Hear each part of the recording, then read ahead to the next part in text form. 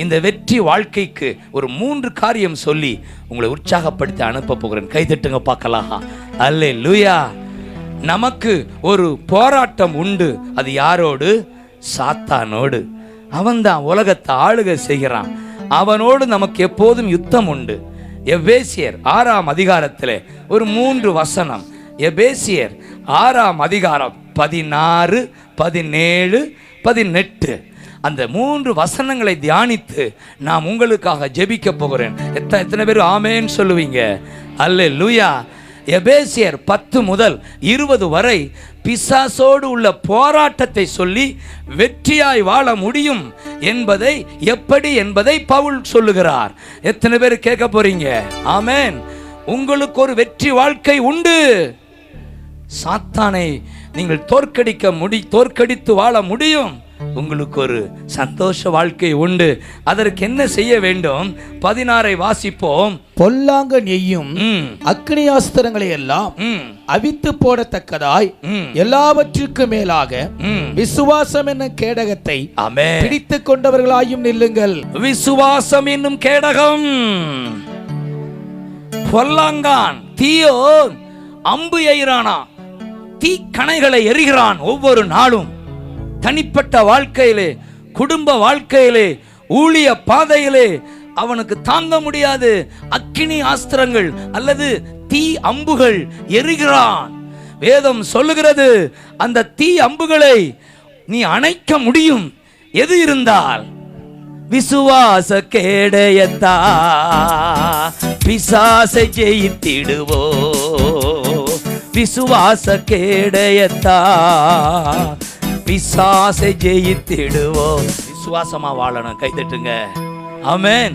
சில பேர் ஜெபம் பண்ணுவாங்க, ஆனால் ஜெபிச்சு கேட்கப்படாதோ அப்படின்னு அவிசுவாசமா நடப்பாங்க.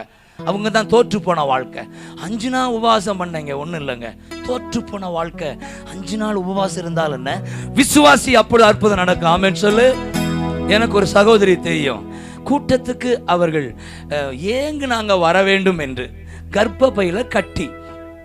ஆனால் அந்த கூட்ட சமயம் அவங்க கலந்து கொள்ள முடியல. ஏறத்தாழ் 30 கிலோமீட்டர் அவங்க ஊர். படுத்த படுக்கையாக ஒரு நிலை, ஆப்ரேஷன் பண்ணித்தான் ஆகணும் என்ற ஒரு சூழ்நிலை, வேதனை. ஆனால் அந்த அம்மாவுக்குள்ள ஒரு நம்பிக்கை. கூட்டத்துக்கு போக முடியாட்டாலும் கூட்டத்தை எப்படியாவது கூட்டத்தில் எனக்காக ஜெபம் பண்ணுவாங்க. நான் கூட்டத்தில் கலந்துக்கிட்டு செல்போன் வழியாவது நான் கூட்டத்தில் கலந்து கொள்வேன்னு ஒரு நம்பிக்கை. தன்னுடைய நண்பரை அனுப்பி, நீ இங்க இருந்து இயேசுன்னு கத்தும்போது எனக்கு செல்போன்ல கொடு அப்படின்னு. நம்பிக்கையை பாருங்க. இங்க இயேசுன்னு கூப்பிட்டா அங்கே படுத்துக்கிட்டு ஜீசஸ் உம்மால முடியும், படுத்துக்கிட்டே இருக்கு. எழ முடியல, நடக்க முடியல. ஜீசஸ் உம்மால முடியும். 3ஆம் நாள் யாரோ ஒருவர் வயிற்றுல கையை வச்சு கட்டிய பிடுங்கி எறிந்து ஆன் தி ஸ்பாட் நடக்க ஆரம்பிச்சிட்டாங்க. அல்லேலூயா.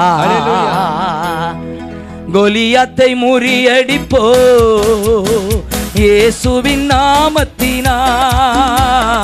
கோலியாத்தை முறியடிப்போ இயேசுவின் நாமத்தினா. விசுவாச கேடயத்தா சுகத்தை பெற்றுக்கொள்ளுவோ. விசுவாச கேடயத்தா சுகத்தை பெற்றுக்கொள்ளுவோ. இயேசுவுக்குள் வெற்றி உண்டு, கிறிஸ்துவுக்குள் வெற்றி உண்டு. கைத்தட்டி இயேசுவுக்குள் வெற்றி உண்டு, கிறிஸ்துவுக்குள் வெற்றி உண்டு. விசுவாசம் உங்களை சிரிக்க வைக்கும். ஆமென். சூழ்நிலை எதிராக இருக்கலாம், ஆனால் தேவன் மேல் உள்ள விசுவாசம் வீர நடை நடக்க வைக்கும். ஆமென். எங்கும் தோற்று எல்லாரும் கோலியாத்தை கண்டு அந்த நேஷனே பயந்து கொண்டு நிற்கிறது.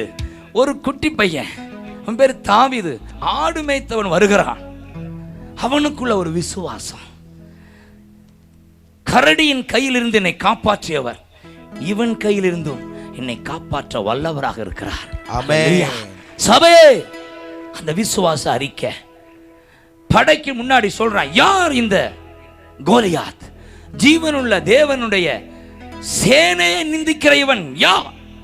விசுவாச அறிக்கை, விசுவாச அறிக்கை. சவுல் ராஜா நடுங்குற, ராஜா பயப்படாதீங்க. யாருக்கு யாரு சொல்றது பாருங்க. ராஜாவுக்கு கூஜா பிடிக்கிறவன் பயப்படாதேன்றான். இப்படி கை தட்டுங்க. ராஜாவுக்கு கூஜா பிடிக்கிறவன் சொல்றான், யோ பயப்படாத ராஜா, பயப்படாத. இவன் எம்மாத்திரம், நான் இவனை கொன்று போடுவேன், பறவைக்கு இரையாக்குவேன், இந்த தேசத்துல ஜீவனுள்ள தேவன் இருக்கிறார் என்று நிரூபிப்பேன். ஆமென் சொல்லுங்க. ஆமென். 17ஆம் வசனத்துக்குள் கடந்து செல்லுவோம். 16ஆம் வசனம் சொல்லுது, விசுவாசிக்கிறவன் வெற்றி வாழ்க்கை வாழ்வான். தாவீதுக்கு வெற்றி கிடைத்தது அவனுடைய விசுவாச வார்த்தை. வாளால குத்துனானா, சின்ன ஒரு கல்லு, அந்த கல்லுல அது சொல்லுதான் அவனை சொல்லு வெல்லும். சொல்லுங்க, சொல்லு வெல்லும். வெல்லும். கல்லு அது வெல்லும். கவனமா சொல்லு, அவிசுவாசமா சொல்லாத. எத்தனை கூட்டம் தான் கலந்துட்டு இருக்கேன், இதுக்கும் போயிட்டு வர்றேன், கதை ஓடாத ஆத்தா.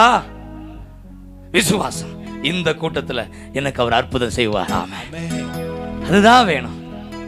நான் அவரை ஆடைய தொடுவேன், சுகம் பெறுவேன் என்ற சொல் அவளை வாழ வைத்தது. ஐயா, ஆடையை தொடுவேன், சுகம் பெறுவேன், இந்த கூட்டத்தில் நான் வெற்றியோடு போவேன், சுகத்தோடு போவேன் என்ற ஒரு நம்பிக்கை தான். கடைசியா எப்படா கையை வைப்பான்னு காத்திருந்தீங்க. No no no no no no. ஒரு கூட்டம் நிக்கி முடிஞ்ச பிறகு அது அவன் நம்பிக்கையின் அடையாளம். இவ்வளவு நேரம் கத்துனதுக்கு அவர் பதில் கொடுக்கலையா? ஆமென் சொல்லுங்க. அவரை நம்புங்க. ஆமென். எங்களை போன்றவர்கள் ஜெபிப்போம், ஆனால் அற்புதம் செய்கிறவர் யார்? கை தட்டுங்க பார்க்கலாம். உங்கள் ஜெபத்துக்கு அவர் பதில் கொடுக்க வல்லவர் என்று நீங்க விசுவாசித்தா தான் நல்லா இருக்க முடியும். இல்ல என்கிட்ட கையை நீட்டுவீங்க, அப்புறம் இன்னொரு பாஸ்டர் இருந்தா ஓடி நீட்டுவீங்க, ஊரெல்லாம் போய் தலை தான் போகும். நான் நீட்ட வேண்டாம்னு சொல்லல, ஆனா முடி போயிடுமே. நீட்டுங்க தலையை அவற்ற. கை தட்டுங்க. 17ஆம் வசனம் சொல்லுது, ரட்சணியம் என்னும் தலைச்சீரா உன் தலையில இருந்துகிட்டே இருக்கணும். வேத வசனம் என்னும் ஆவியின் பட்டயம் உன் கையில இருந்துகிட்டே இருக்கணும். நல்லா கவனியுங்கள். வெற்றி வாழ்க்கைக்கு உங்களுக்குள்ள ஒரு ரட்சிப்பின் ஹெல்மெட் இருக்கணும். அது என்ன? அது ரட்சிப்பின் ஹெல்மெட். பாவம் மன்னிக்கப்பட்டது என்ற நிச்சயம், அதான் ரட்சிப்பு. கைதட்டுங்க. அல்லேலூயா, அல்லேலூயா.